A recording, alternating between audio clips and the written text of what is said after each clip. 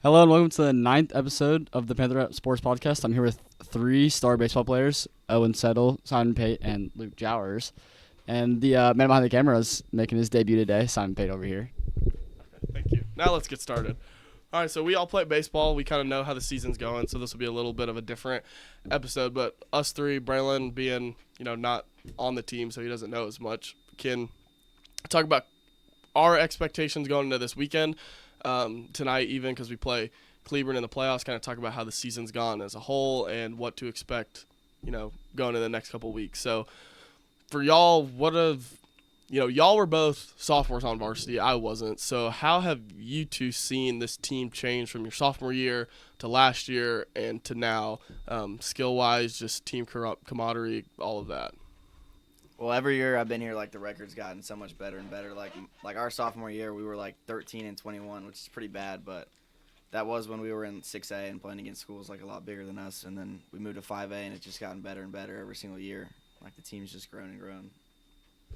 So what would be the biggest difference from 6A and 5A for both of y'all, or for honestly all three of y'all? Do y'all all have the same difference? Is it just speed of the game, or what would it be?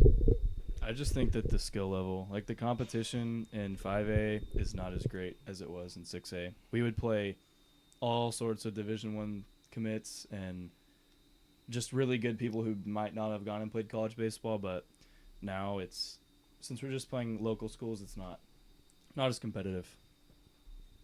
Yeah, I almost wish that we were still in 6A because it's I feel like the talent that our program has would show so much better playing against these better teams.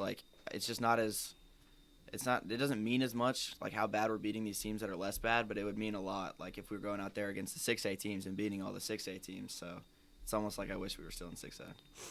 For me, it's different because I was on JV our last year in 6A, and the JV pitching that we faced that year most of the time is honestly better than some of the district arms we face. Not, I wouldn't say entirely, but when we would play Weatherford or Boswell when we were on JV, those arms are significantly better than the ODY and Polytech, pitchers that we're facing. So it's just different. The skill drop off of, it's weird facing a team your sophomore year on JV that would have beaten a district team that's even going to the playoffs like Northside or Trumbull Tech. So it's just weird, but it's nice to be winning. And individually, how do y'all think y'all's season is going? I think that this is the best team that I've seen in a long time for Pascal. I think that we've had one bad loss, and it was just a rough day, rough game.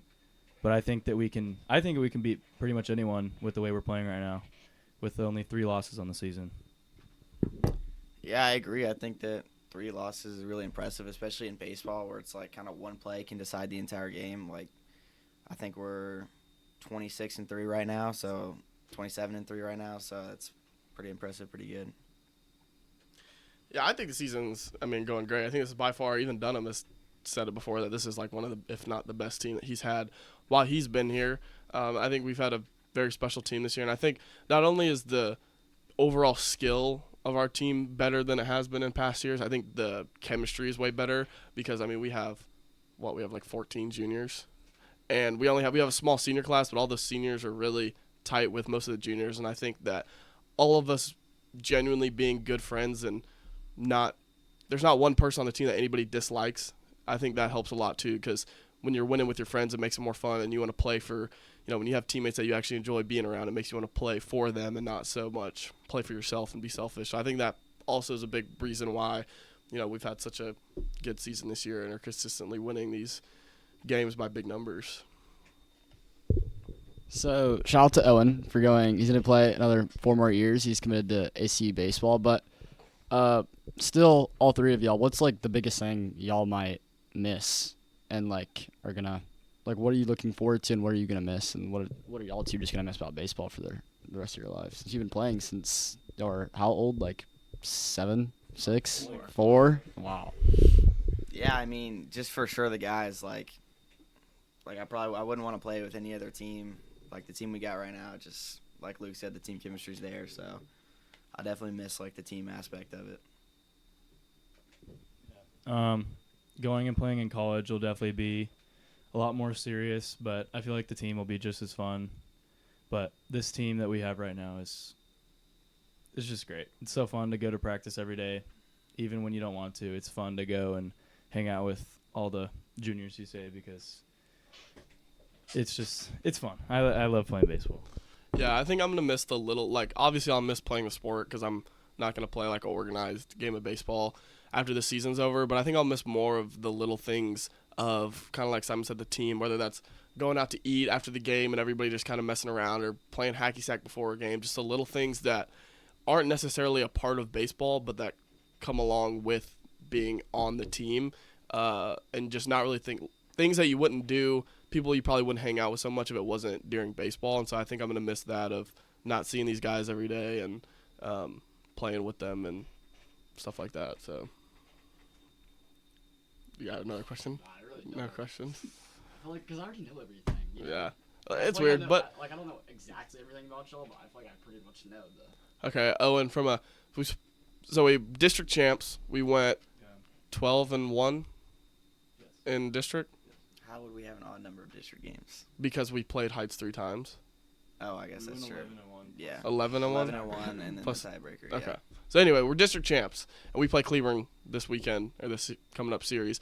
From a pitcher's perspective, Owen, how are you what's the game plan for you to attack this game? Sequences. I mean, you got to give away what pitches you're going to throw, but how are you looking to attack this game coming up? Well, I know that me and Coach Smith have talked about it, and I bet Matt has the exact same plan. But we're just going to go out there and attack, just get ahead early, and basically just get ahead in those counts. And then knowing me and Matt, I think that we can just handle the rest. But I think that definitely just attack. We're just going to go attack, and they're going to try to put the ball in play and bunt. So we're just going to take the free outs, and, yeah, that's pretty much that's our game plan. And then for y'all two, since y'all don't pitch, what's their pitching looking like? Like, how are y'all planning to go against them? Well, it's, we talked about a couple of their pitchers. I think they got a couple righties throwing 82 to 86 with a curveball. And I think for us, which that's nothing we haven't seen before, that's pitching that we normally have success facing. And so I think for us hitters offensively, it's staying relaxed. And, we've had so much fun through these districts and tournaments and these games, but making sure that nothing changes going into playoffs, because just because it's playoffs, you don't got to change anything about your stance or swing harder or change anything about your at-bats than what we have doing. Just keeping it simple of, spitting on the pitches you don't want to hit and sitting fastball and driving it up the middle. Because I think if we try to change things and do things differently just because it's playoffs, I think we'll get results that we won't be happy with. So I think just keeping it simple and sticking to what we've been doing all year, which has been working.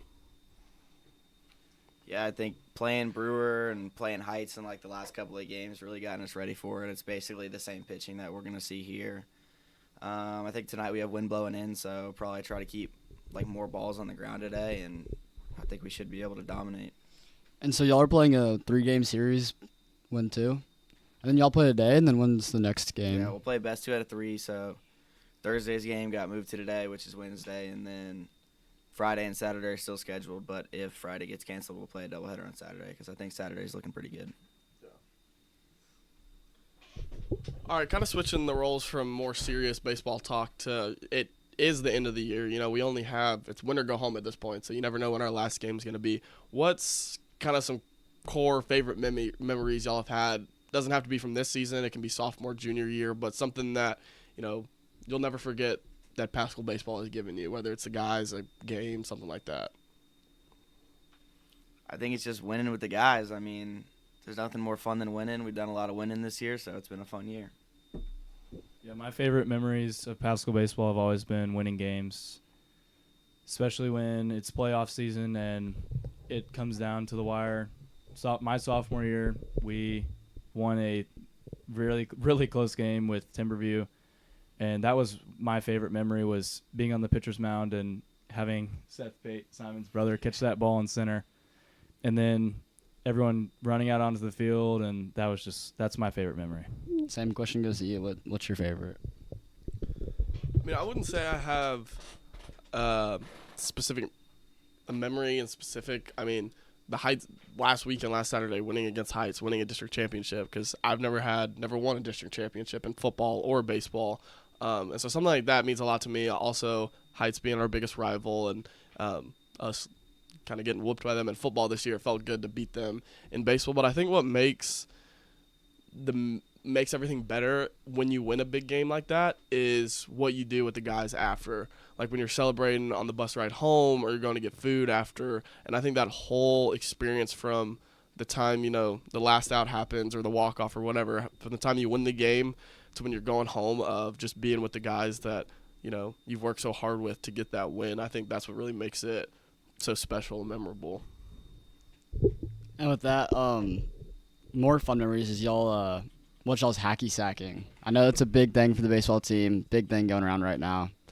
Y'all, who's the best? Who's the worst? Like, Wait, should we sack right now? Well, no, I mean, hold on. So I'm just gonna go out there and say Truman's terrible.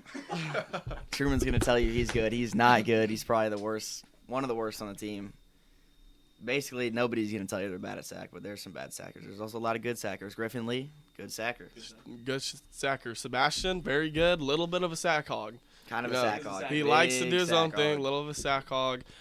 Teddy, pretty bad. Kokenauer, pretty bad. Toe, pretty bad.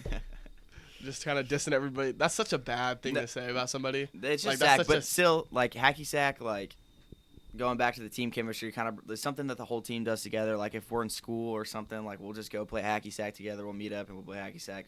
Before the games, it'll kind of, like, loosen us up, play some hacky sack, kind of, like, calm the nerves, do something fun before the game. And it sounds kind of funny, but, I mean, hacky sack is something special that the I was team going to has. say, does that help y'all before games? Like, it calms y'all I down. think- It's like fun, distracts you for a little bit, and then hey, it's game time and y'all are Definitely ready. on days when I'm pitching, I'll go get a 10-minute hacky sack session in, and it definitely calms me down and gets you a little less tense. Yeah, it's just something fun to do, get to smile on everybody's face. I mean, Well, and I think it distracts people from the game in a good way of not thinking about it so much. Like when we played Heights at home, they're out there warming up and stretching as soon as they get there, and we're relaxed playing hacky sack. I mean, they might have took it as we're not taking the game seriously, but that's just kind of how everybody gets their mind right and just relaxes. Yeah. And then we ended up beating them.